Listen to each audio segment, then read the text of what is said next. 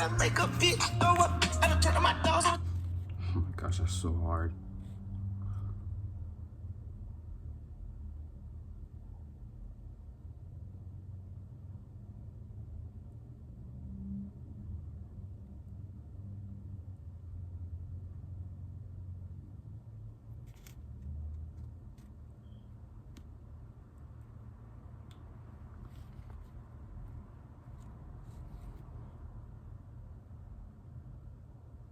I'm back.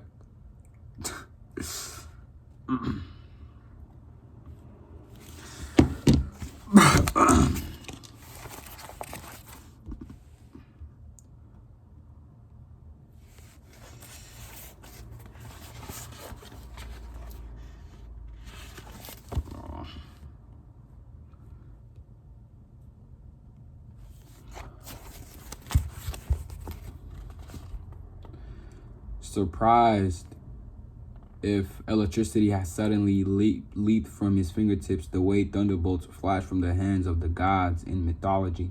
Finally, he threw himself forward into the water and swam against the powerful incoming waves. He went far out before turning parallel to the shore, swimming first south and then north, keeping at it until exhausted. He at last allowed the tide to carry him back to shore. He dozed for a while in the hot afternoon sun. He dreamed of a pregnant woman, her stomach large and round, and in the dream, he strangled her to death. Oh my gosh. My bad. I already read that. So I was like, didn't I already read that?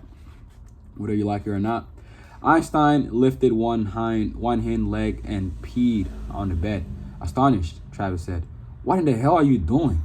Einstein stopped peeing, stepped away from the puddle that was soaking into the quilted bedspread, and stared defiantly at Travis. Travis had heard stories of dogs and cats expressing extreme displeasure by stunts like this. When he had owned the real estate agency, one of his saleswomen had boarded her miniature collie in a kennel for 2 weeks while away on vacation. When she returned and bailed out the dog, it punished her by urinating on both her favorite chair and her bed. But Einstein was not an ordinary dog, considering his remarkable intellect. The soiling of the bed was even more of an outrage than it would have been if he had been ordinary. Getting angry now, moving toward the dog, Travis said, "This is inexcusable." Einstein scrambled off the mattress, realizing the dog would try to slip around him and out of the room. Travis scuttled backward and slammed the door. Cut off from the exit, Einstein swiftly changed directions and dashed to the far end of the bedroom, where he stood in front of the dresser. "No more fooling around," Travis said sternly.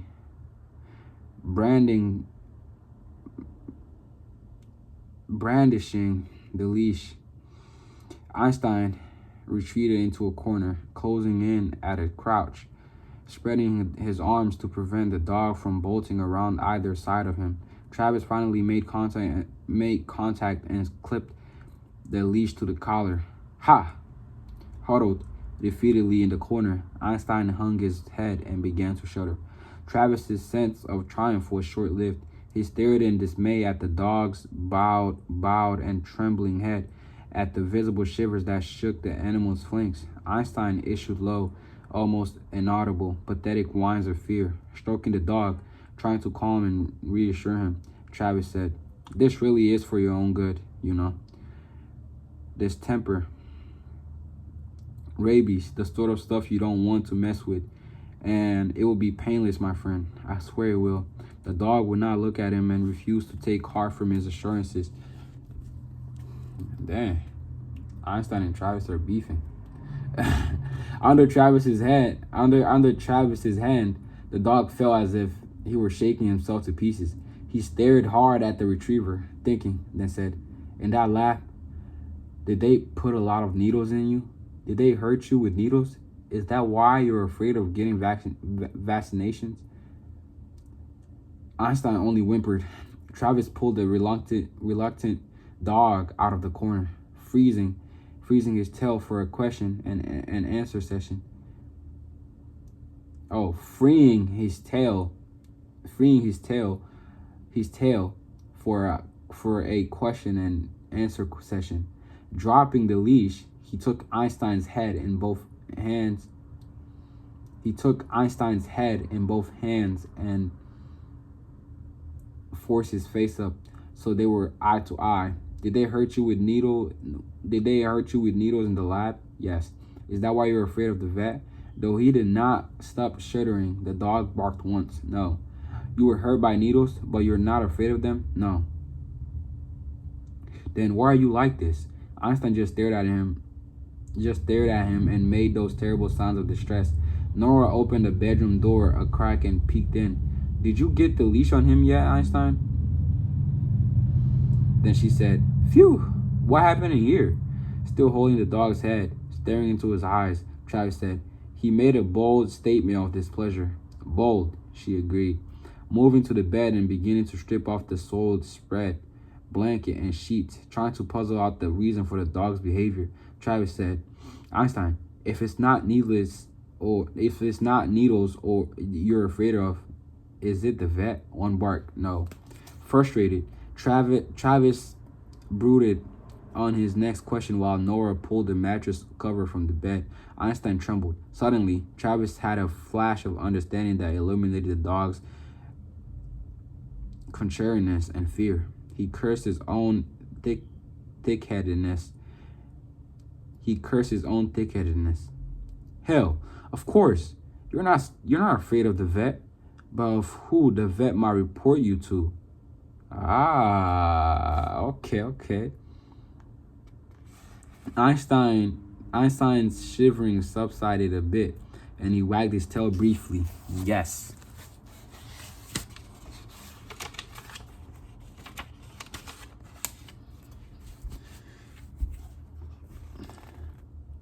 If people from that lab are hunting for you, and we know they must be hunting furiously because you have to be the most important experimental animal in history, then they're going to be in touch with every vet in the state, aren't they? Every vet and every dog pound and every dog licensing agency. Another burst of vigorous tail wagging, less shivering. Nora came around the bed and stooped down beside Travis. But golden retrievers have to be one of the 2 or 3 most popular breeds. Vets and animal licensing bureaucrats deal with them all the time. If our genius dog here hides his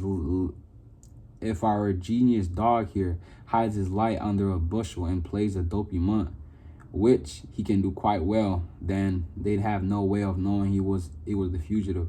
Yes, Einstein insisted. To the dog, Travis said. What do you mean? Are you saying they will be able to identify you? Yes. How? Nora wondered. Travis said. A mark of some kind? Yes. Somewhere under all that fur? Nora asked. One bark. No. Then where? Travis wondered. Pulling loose of Travis's hand, Einstein shook his head so hard that his flappy ears made a flapping noise. Maybe on the pads of his feet, Nora said. No, Travis said as Einstein barked once. When I found him, his feet were bleeding from a lot of hard travel, and I had to clean out the wounds with boric acid. I'd have noticed a mark on one of his paws. Again, Einstein shook his head violently, flapping his ears. Travis said, maybe on the inner lip. They tattoo racehorses on their inner lip to identify them and prevent ringers from being run. Let me peel back your lips and have a look, boy. Einstein barked once. No, and shook his head violently. At last, Travis got the point. He looked in the right ear and found nothing.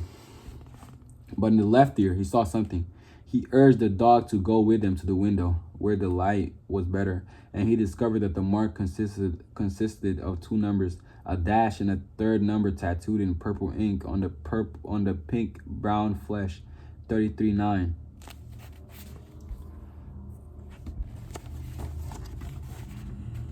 Looking over Travis's shoulder, Nora said, They probably had a lot of pups they were experimenting with from different litters, and they had to be able to identify them. Jesus, if I had taken him to a vet, if the vet had been told, if I'd taken him to a vet, and if the vet had been told to look for a retriever with a tattoo, but he has to have shots. Maybe he's already had them, Travis said hopefully. We don't dare count on that. He was a lab animal. He was a lab animal in the controlled environment where he might not have needed shots. And maybe the usual inoculations would have interfered with their experiments. We can't risk a vet. If they do find him, Nora said, we simply won't give him up. They can make us, Travis said worriedly. Damned if they can't. Damned if they can't. More likely than not, the government's financing the research and they can crush us. We can't risk it. More than anything else, Einstein's afraid of going back to the lab. Yes. But, Nora said, if he contracts rabies or a distemper, or we'll get him the shots later, Travis said. Later, when the situation cools down, when he's not so hot. The retriever whined happily, nuzzling Travis's neck and face in a sloppy display of gratitude. Frowning, Nora said,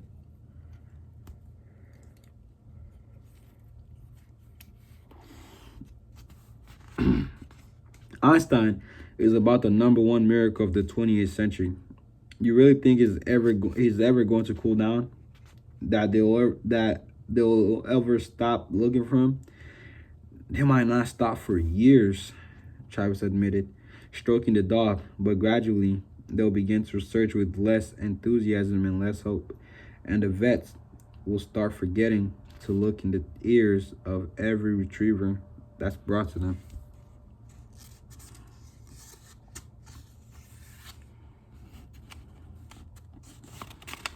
Until then, he'll have to go without the shots, I guess.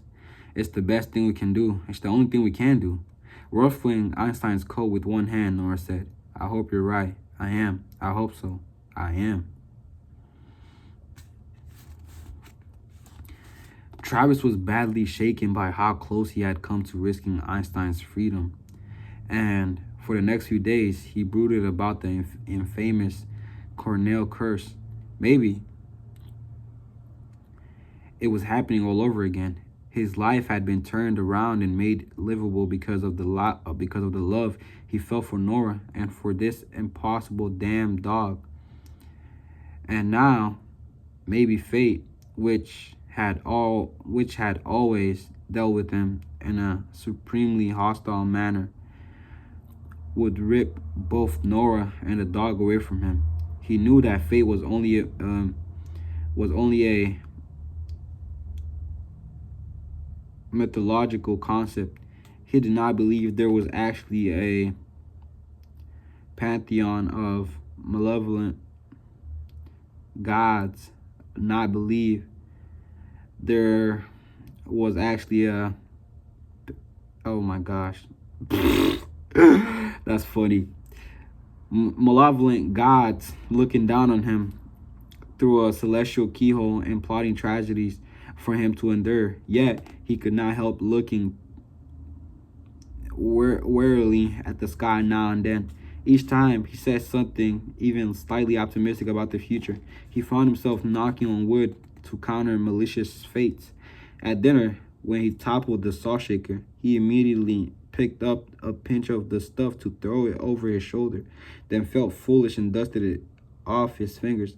But his heart began to pound, and he was filled with the ridiculous, superstitious dread, and he didn't feel right again until he snatched up more salt and tossed it behind him. Although Nora was surely aware of Travis's eccentric behavior, she had the good grace to say nothing about his jitters. Instead, she countered his mood by quietly loving him every minute of the day, by speaking with great delight about their trip to Vegas, by being in On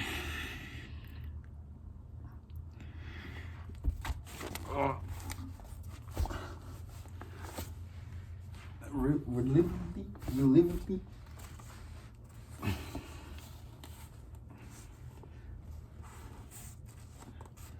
Oh my gosh, I cannot see anything from this angle. I suck. This angle suck. By being in unrelievedly good humor and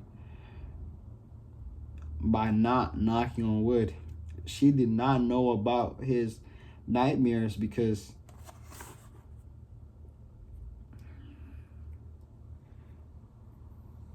he did not tell her about them.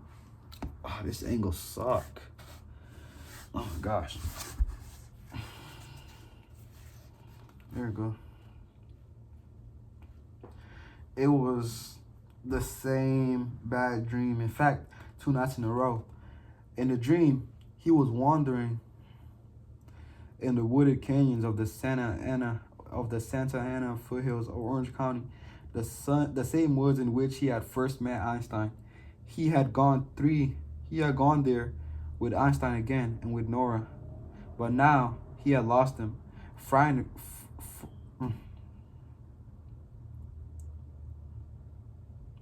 Frightened for them, he plunged down every steep slopes, scrambled up hills, struggled through clinging brush, calling frantically for Nora, for the dog.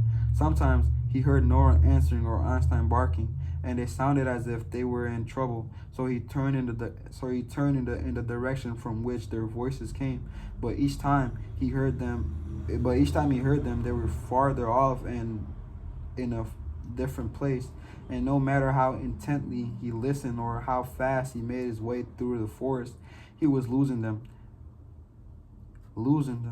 until he woke, breathless, heart racing, a silent scream caught in his throat. Friday, August 6th, was such a blessedly busy day that Travis had little time to worry about hostile fate. First thing in the morning, he telephoned a wedding chapel in Las Vegas, and using his American Express number, made arrangements for a ceremony. So I mean ceremony on Wednesday, August 11th at 11 o'clock. Overcome by a romantic fever, he told the chapel manager that he wanted 20 dozen red roses, 20 dozen white carnations, a good organist, no damn tape music, who could play traditional music, so many candles that the altar would be bright without harsh electric light, a bottle of Dom Perignon, with which to conclude events, and a first-rate photographer to record the nuptials. Just say the memories, bro. What you guys gotta make it so complicated? What the heck does nuptials even mean? What does the word nuptial mean?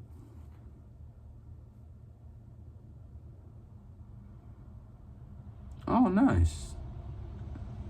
How do you pronounce it? Relating to marriage, nuptial. Yeah, I said it right. Oh, wedding. Oh, nice. I did not know that. Nuptial.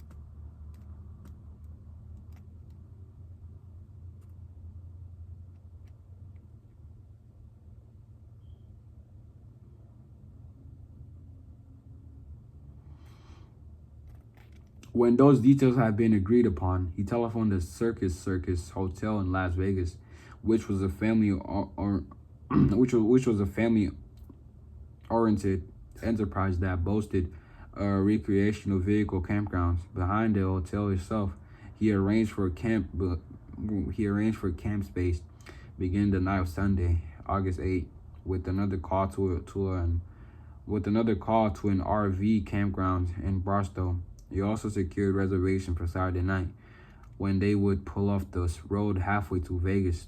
Next, he went to a jewelry store, looked at their entire stock, and finally bought an engagement ring with the big flawless 3-carat diamond and a wedding band with 12 quarter-carat stones. With the rings hidden under the seat of the truck, Travis and Einstein went to Nora's house, picked her up, and took her to an appointment with their attorney, Garrison Dilworth.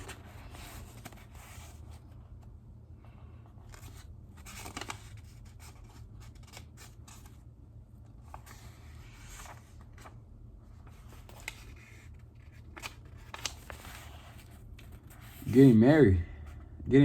That's wonderful, Garrison said, pumping Travis's hand. He kissed Nora on the cheek. He seemed genuinely delighted. I've asked around about you, Travis. Surprised, Travis said. You have? For Nora's sake. The attorney's statement made Nora blush in protest. But Travis was pleased that Garrison had been concerned about her welfare.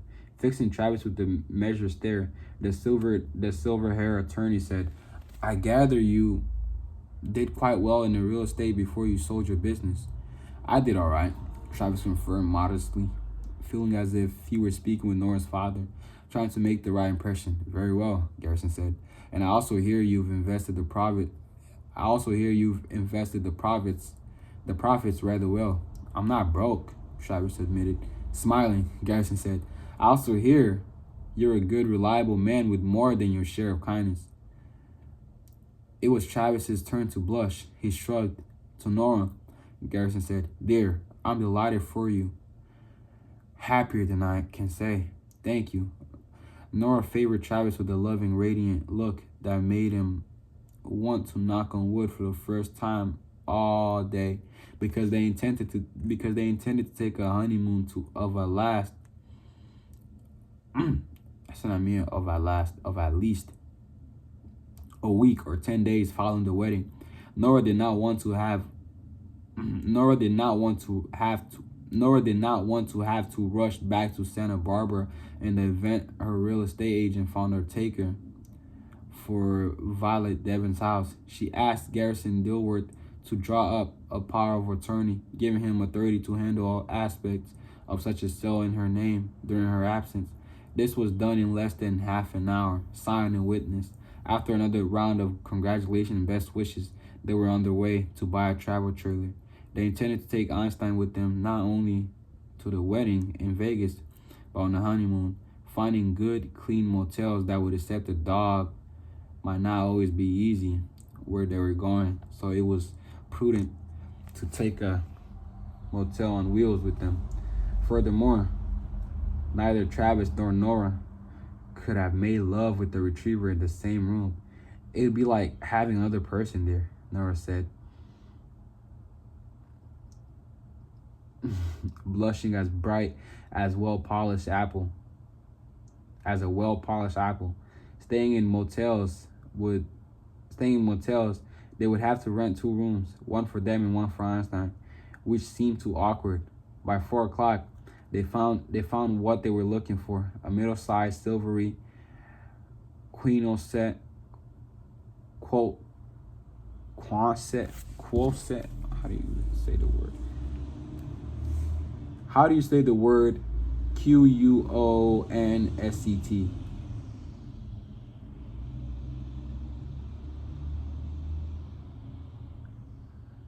Quonset? Quonset, also known as Koontz. Oh no, they're going to Rhode Island. Come on, bro. At least go to Europe. Go to Africa. Come on, bro. You want to spend your honeymoon in America? Come on.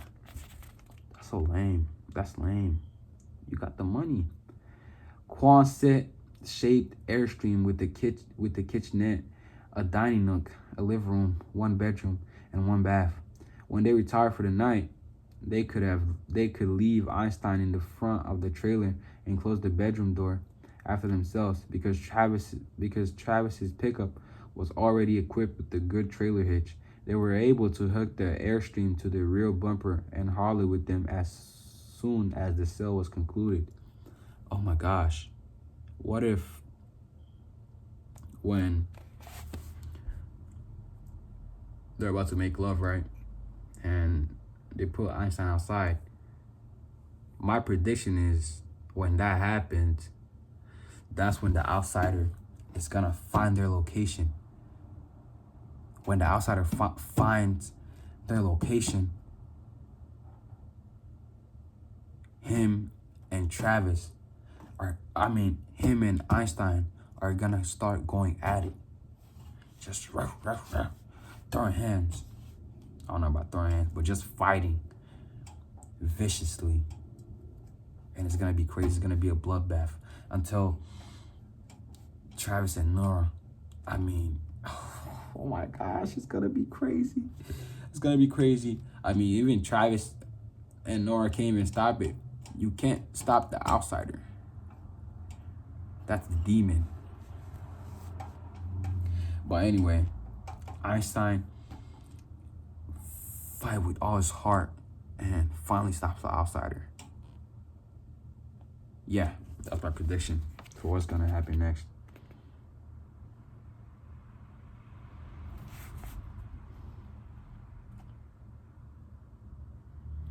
Einstein, riding in the pickup between Travis and Nora, kept craning his head around to look out the back window at the gleaming semi-cylindrical trailer, as if amazed at the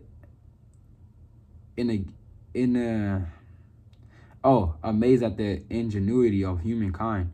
They shopped for trailer curtains, plastic dishes, and drinking glasses, food with which to stock the kitchenette cabinets, and a host of other items they needed before they hit the road. By the time they returned to Nora's house and cooked omelets for a late dinner, they were dragging. For once, there was nothing smartass about Einstein's yawns. He was just tired. That night, at home in his own bed, Travis slept the deep sleep of ancient petrified trees and dinosaur fossils. The dreams of the previous 2 nights were not repeated. Saturday morning, they set out on their journey to Vegas and to matrimony, seeking to travel mostly on wide, divided highways on which they would be comfortable with the trailer. They took Route 101 south and then east until it became Route 134, which they followed until it became Interstate 210, with the city of Los Angeles and its suburbs to the south of them, and the Great Angeles National Forest on the north. Later, on the vast Mojave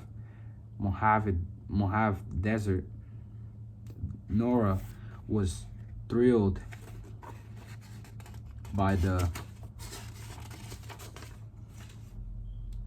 barren yet hauntingly beautiful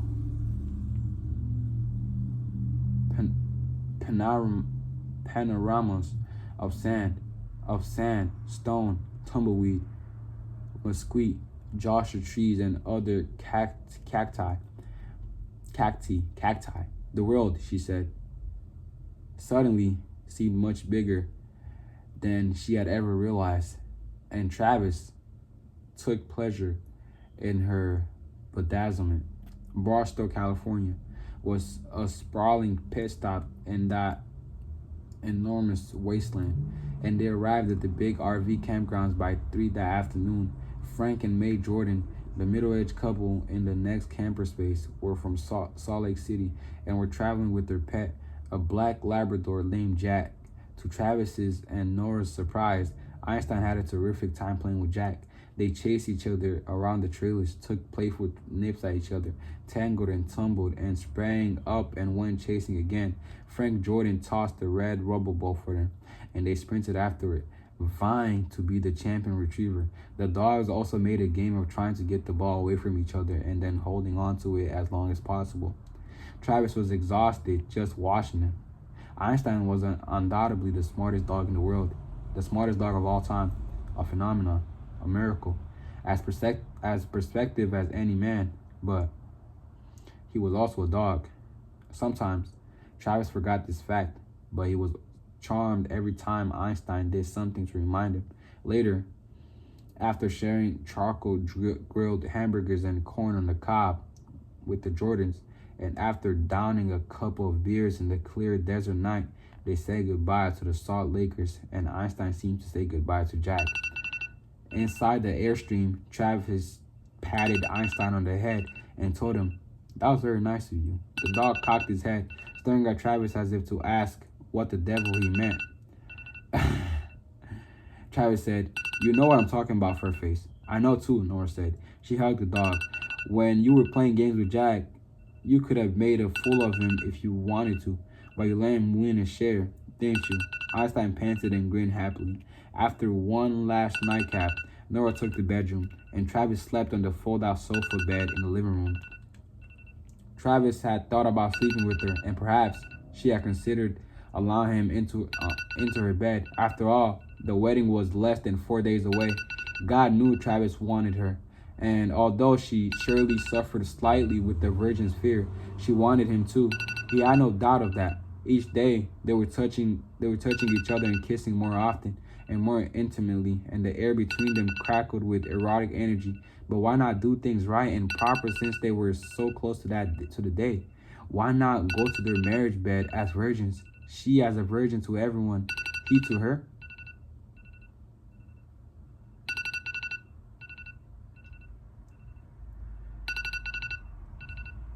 That night, Travis dreamed that Nora and Einstein were lost in the desolate reaches of the Mojave.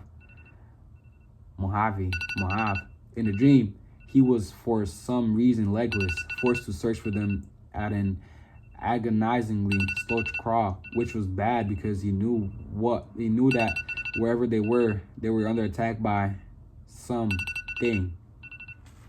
I'm gonna leave it right there. That was a good read. I don't care if it's 12 a.m. Oh, that was nice. All right, so a quick, oh my gosh, my eyes are cooked. So a quick recap of what I read. Travis and Einstein were going at it because Einstein did not want to go to the vet, because if Travis were to take Einstein to the vet, then the vet would have shared Einstein's report to the government, which would expose Einstein's whereabouts to the NSA people. But Travis figured it out and didn't want to take Einstein to the vet no more. After that,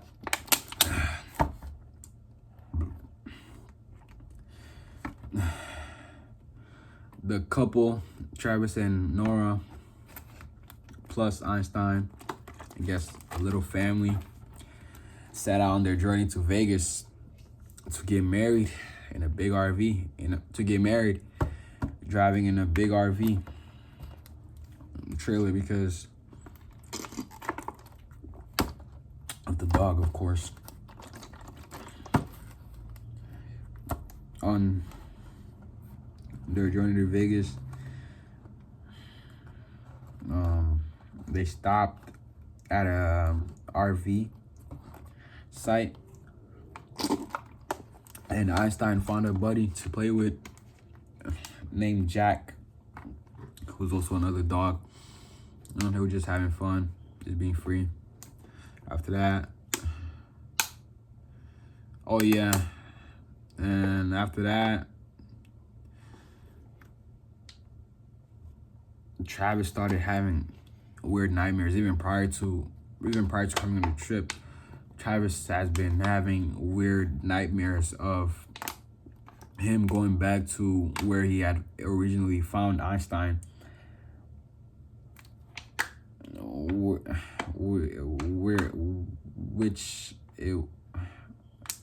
Where he had originally found Einstein, and he had this nightmare of losing both Nora and Einstein in that same spot he had found Einstein. And also dreamed of the outsider, a weird thing chasing after them. So yeah, that's a little recap of what I read. That's a little recap, and yeah, that was a fun read. I'm getting closer. I'm on page 289. That's like, I'm barely even halfway. I think I'm halfway. I'm more than halfway. I'm almost done. Wow. This book is gonna take me 10 weeks. Nah, it shouldn't take me 10 weeks, but that was a good read.